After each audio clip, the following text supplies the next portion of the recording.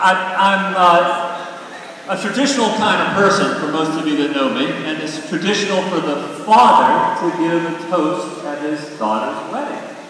I also come from a culture where it's traditional to share food and drink with the people that you love.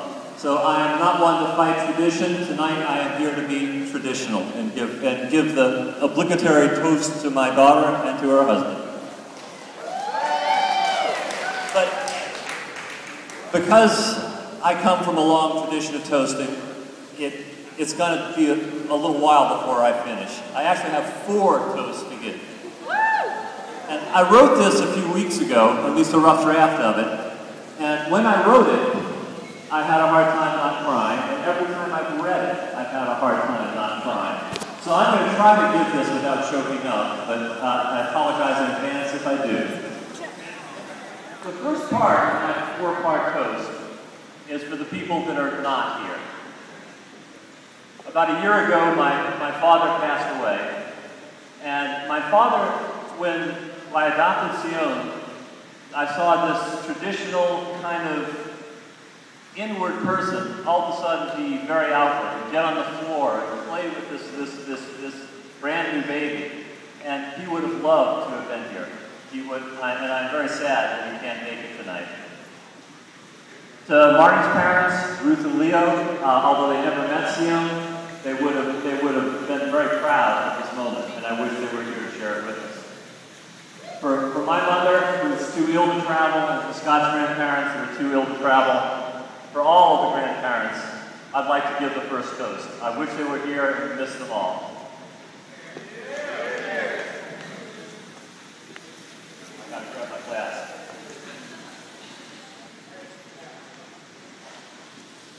Now, that's part 1. The second part of my toast is to this young man, Scott.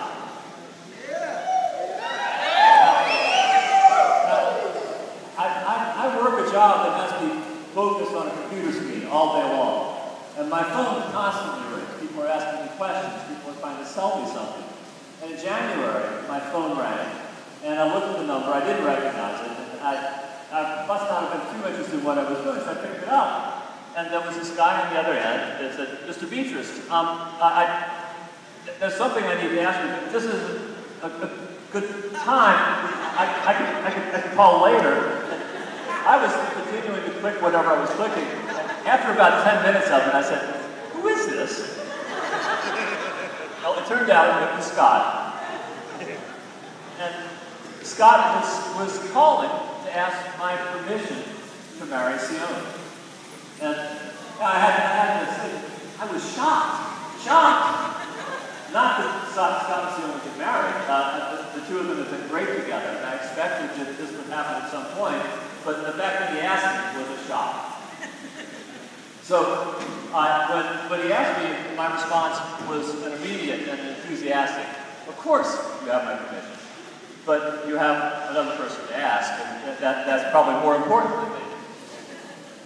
But my permission was granted, and tonight, I believe that conversation is completed, where Sion has said her yes, and Scott has said his yes. But what I've seen is that Scott is a very kind and generous person towards Sion. I see Scott as a person that not only is kind and generous to Sion, but he's taught some of my friends how to do Texas two-step. And he's planning on teaching me how to do moving. And for those of you who don't know what moving is, find somebody in Oklahoma and ask them. But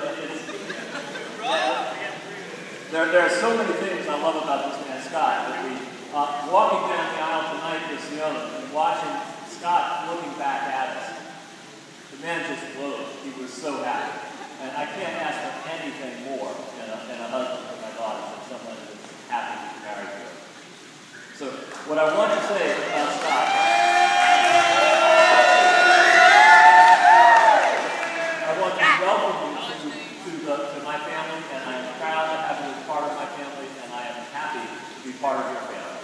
Thank you for joining our lives. To Scott, raise your hand.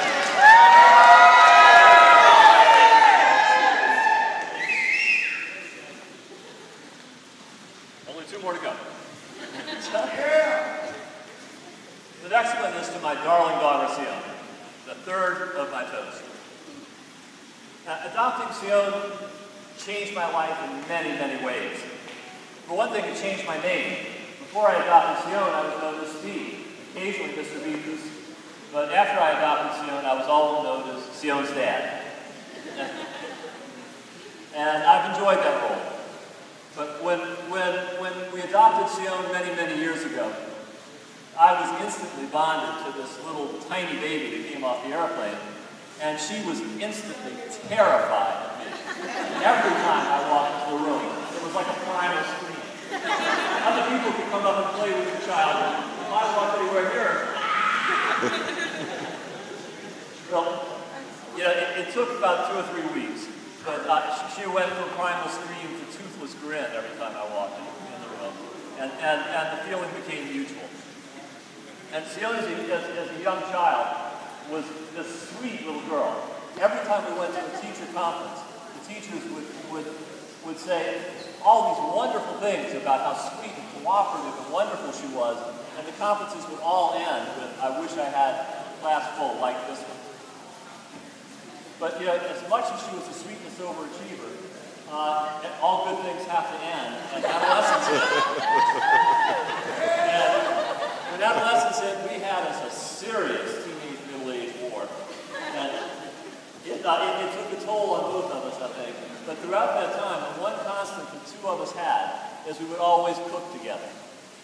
Sion and I enjoyed preparing meals. We enjoyed chopping things. We enjoyed what would happen if we put this in here, what would happen if we did this.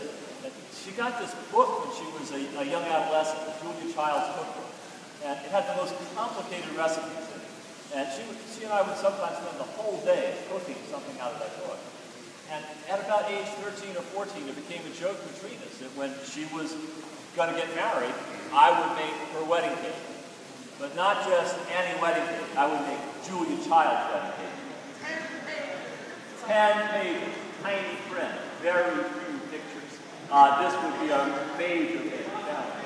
Well, I have fulfilled part of the promise. With Fred's help, the wedding cake in the corner, we made with love and affection for Sion. And I'm very proud to offer it to you as a token of our love and affection. But from my baby to my cooking partner to the Princess Bride to Sion, please raise your glasses.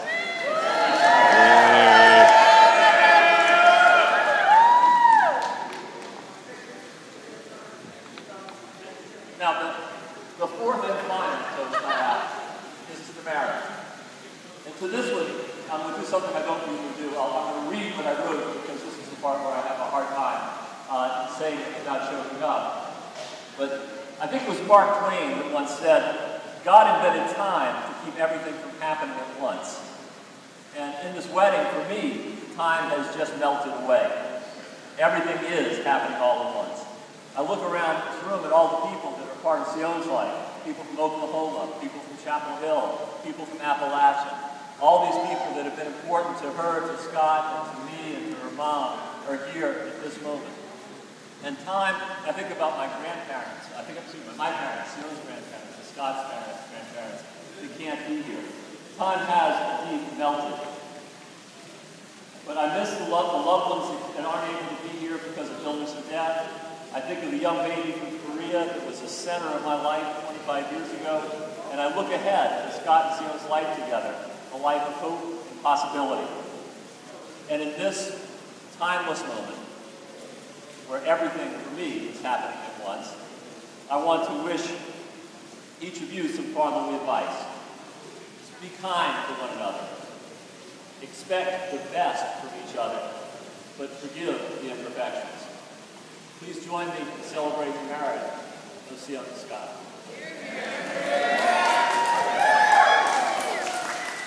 And let the party begin.